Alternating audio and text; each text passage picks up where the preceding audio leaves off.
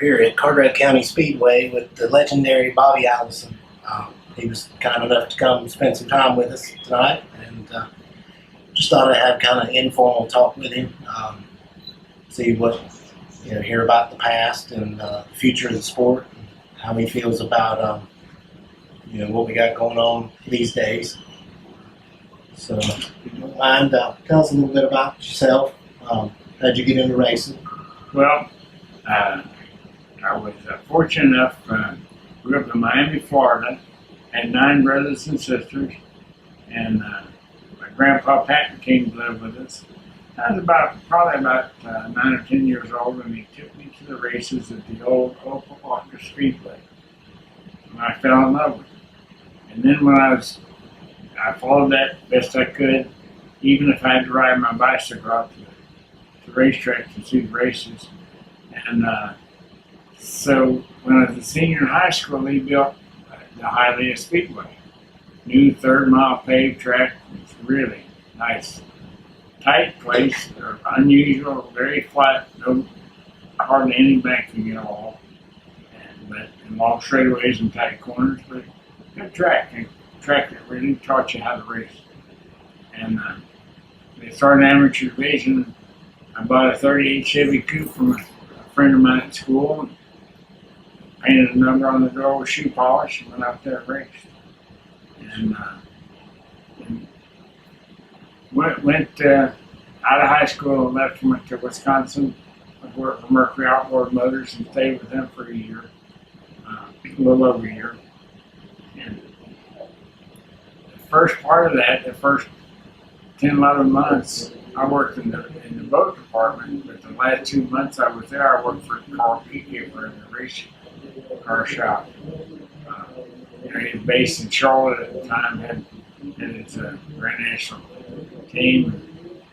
Second year, he had Buck Baker and Speedy Thompson, and Jimmy Thompson, Jack Smith, Bert Thomas, maybe 1 or 2 others besides that.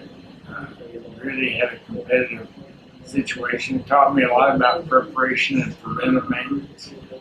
And I went back to Miami and restarted my stuff, and got where I could go pretty good, and went to Alabama, and my second week in Alabama. Well, first of all, discovered beautiful racetracks and really friendly people and pretty country, very attractive to me, and big crowds.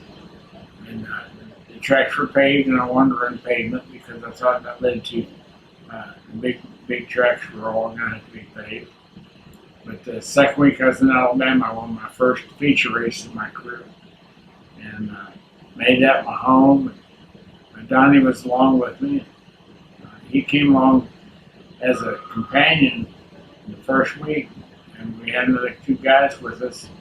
And the second week, the driver for the other car quit, and the boy that owned it, another youngster like us at the time, said, "What did I do?" I said, "Put Donnie in that thing."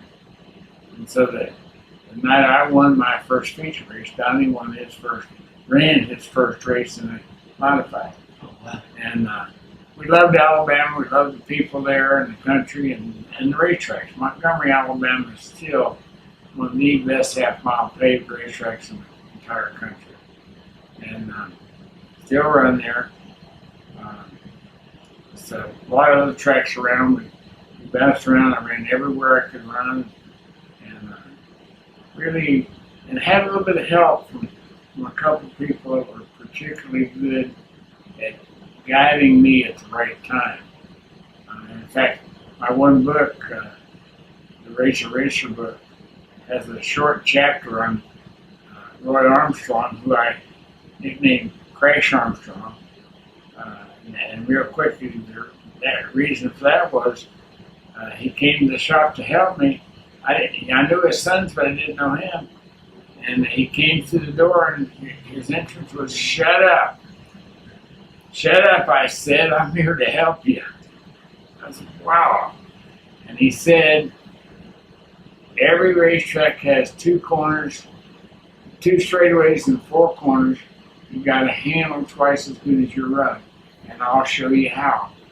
I said, "Wow." I'm all ears. And so he helped me, and the car ran really good. Got it really sorted out. And didn't win, but ran right up front very competitively. And you know, that really gave me a big help. And then when I got to Alabama, I met a guy named Bo Fields that was a real big support too. And a lot of the competitors, you know, they didn't want to be your enemy; they wanted to be your friend, and so they would contribute a little bit of a comment about setup or about how this track is different than that track and stuff like that that really helped me. And so I got to winning short tracks and finally got moved into the Grand National, they called it then, which is Cup stuff now. And I got my first win at Oxford, Maine in 1966, and got 85 more since then, or 84 more since then. I got a total of 85, which right now I only get credit for 84 because one of them I won in a Mustang instead of a full car, and it counted for a couple of years, but then they dropped it out of the count, and but didn't put anybody else in it. So there's one race in the record book with no winner, but I did win the race. So that's kind of where I am. That's very interesting. So what's it like going from the half-mile tracks, you know, to the over 2.5-mile tracks like Talladega? Well, I really loved all of them. I won on the really small, tight places. Islip, Long Island, I won twice in the Cup stuff there. I had one there modified, and it's like a fifth of a mile. And I like that, and I like the bank tracks and the flat tracks. And then I ran road course, and then I really found that I enjoyed the road courses. I had 9 wins at Riverside, and I won 3 times on the road course part of Daytona Speedway. You know, some of the preliminaries would run on the road course down there, and I won 3 times there. But I really enjoyed the tracks, and I enjoyed the different part of the different personality of each track. And if we went someplace new and the other guy's great or complained, I just smiled. That was great. Because if they didn't like it, I had an edge on them. It's a good way to put it. True racer, you know, he knows what he's got to do in the car, and he just loves racing. What was your favorite racing moment? Well, my favorite racing moment had to have been one that I don't remember today. And what happened when Pocono happened, it wiped out my memory really bad. And a lot of it's come back, but not all of it. So I don't remember Daytona 88. Daytona 88, I won Daytona, the Super Bowl in NASCAR. And for the 3rd time in my career, I was 50 years old, and the best young man in the race was second to me, my son Davey. But I still don't remember it. I've read the books and I've watched the videos, and it hadn't come back yet, but it might come back someday. Soon, I hope. How, in your opinion, has the sport evolved as far as the cars, the fans? The cars have gotten better and better. I think they could have pursued the stock car idea a little bit better than they did. But you know, you can criticize anybody's anything. But the racing has been good. The stuff around the racing is kind of annoying. You know, it's all going to big time and big dollars and stuff like that, instead of being as genuine as it used to be. But when the green flag was down, the racing still was pretty good. pretty good. What's your happiest race moment? My happiest race moment from way back then? Every time I get asked about my favorite dealers in 1967, I had bounced around with my own car and won a couple of races, and then I went to work for Cotton Owens for a short period of time, and won for him, but got fired, and then got a phone call one day, and I recognized the voice, but it wasn't really a friend of mine. You know, I knew who it was, but we weren't. No, I just knew him. He was one of those guys way up there. Voice said, "You're going to get a phone call in 2 minutes." The answer's yes, and hung up. I turned around to a couple of people who helped me on a car I was building for the event, and I said, "Why is Ralph Moody aggravating me?" The phone rang again. Picked it up, and the voice said, "This is Fred Lorenzen. Ford gave me a car for Rockingham. Will you drive it?" The answer is yes. So I went to Rockingham and won my first 500 miles. That's awesome. Right here in North Carolina, where the sport Yeah. got a lot of deep roots.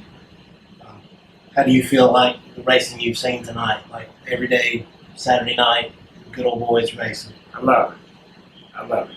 It was so good for me through my whole career. You know, once I got doing good with the Grand Nationals, the Cup cars, you know, became the Cup cars, I still ran the short tracks because I felt like I could continue to hone my personal feel to where I could do a better job. And some of the people that bought a ticket to come see a show like tonight couldn't afford to go buy a ticket to be at Charlotte or at Daytona or at Talladega or somewhere like that. And I thought, well, you know, I could get really up close and personal with them, say hello to them, shake their hand, you know, do whatever, sign them an autograph right there in front of them, whatever. And I felt like it was a boost to racing in general. And I feel like that I have been able to do that. So, you know, I still look for it to keep getting better somehow. Something will come along that'll help the rules get better, or, you know, that satisfy the hunger that people have for this great competitiveness, whatever it is. Since we're in North Carolina, we're at a short track. Do you have a favorite North Carolina short track that you ran at? Actually, my favorite North Carolina track is Charlotte. That should be Rockingham. But I only won 4 times at Rockingham, and I won, I think, 11 times at Charlotte. So I like Charlotte better. Do you have any advice for the new and upcoming racers and the fans of the sport? The thing that helped me the most, I think, is, you know, learn the trade, own your own feel, your racing competitive feel of how the car works and stuff, and be sincere about going out there and doing your best. Always. That's good advice there. How do you feel about Carteret County Speedway? This place, Carteret County Speedway, is just really, really attractive to me. The facility is just incredibly nice. The track looks like it's really good. It could be really fun to race on. You know, it's not much bank, but a little, but it's good shape and good size, and, you know, all the good things about it. I'm sure it would be a fun place for me to race. If you were to get in a car tomorrow, could race any track against any drivers, who would that be? Well, probably probably would be a fun deal to race right here at Carteret County Speedway with Richard Petty and Donnie Allison and Darrell Waltrip and maybe even Kelly Yarborough. That would be a fun night indeed. You have it from Bobby Allison. How many wins you got under your book? Total win 714. That is impressive. How many? Do you know how many races you've started? No, I tried to figure that out one time, but I do not know. Lots of them. That's very cool. One of the pioneers of the sport, Bobby Allison, Carteret County Speedway. We appreciate your time and speaking with us. I appreciate being able to speak to you with this thing. I'm really, really impressed with the track.